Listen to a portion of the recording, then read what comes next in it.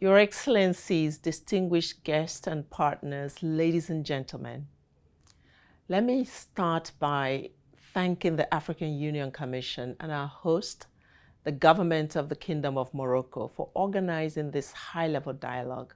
The next 3 days will provide an opportunity for us to take stock of Africa's journey towards economic integration, towards responsive and accountable institutions, and towards enduring peace. Africa's development journey is at an inflection point. On the one hand, many African countries are well on the way towards democratic consolidation and economic prosperity, with young and dynamic populations that are finding more opportunities to build their own futures. On the other hand, however, violent extremists continue to drive conflict across the continent. And data shows that violence against civilians has steadily increased since 2015. Sub-Saharan Africa is emerging as the epicenter of terrorist activity, recording nearly half of all terrorism-related deaths in 2021 alone. Distinguished participants, our collective effort to save generations from the scourge of war has never been more important. And I am pleased for UNDP to contribute to this high-level dialogue by fostering discussions on two important issues that are actually quite close to my heart. The first one is the particular situation of communities that are living in Africa's borderlands regions.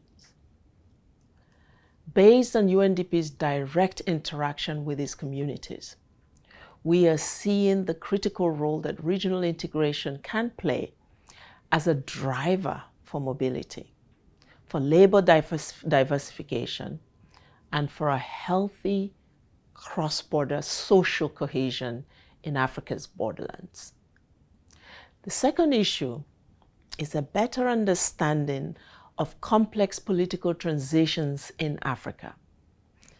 Based on an incoming primary research, UNDP seeks to provide more nuanced insights on the drivers of recent military coups to effectively support countries that are experiencing varying forms of complex transitions. Better understanding inspires new forms of responses.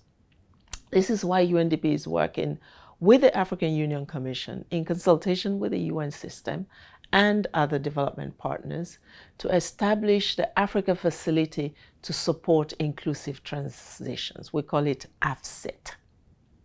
Human security is a public good. And without this, the momentum that is generated by the AFCFTA, the Continental Free Trade Area, and other AU regional integration initiatives will eventually wane. African Union member states have demonstrated strong political commitment to addressing the continent's peace, human security, and development challenges. These commitments, as outlined in the Accra Declaration, and which further are reiterated at the Malabo Heads of State Summit, resonate as a call for collective action.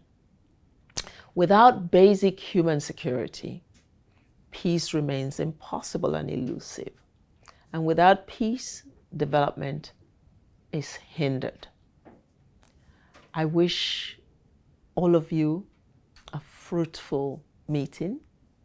Merci beaucoup, shukran, and thank you all.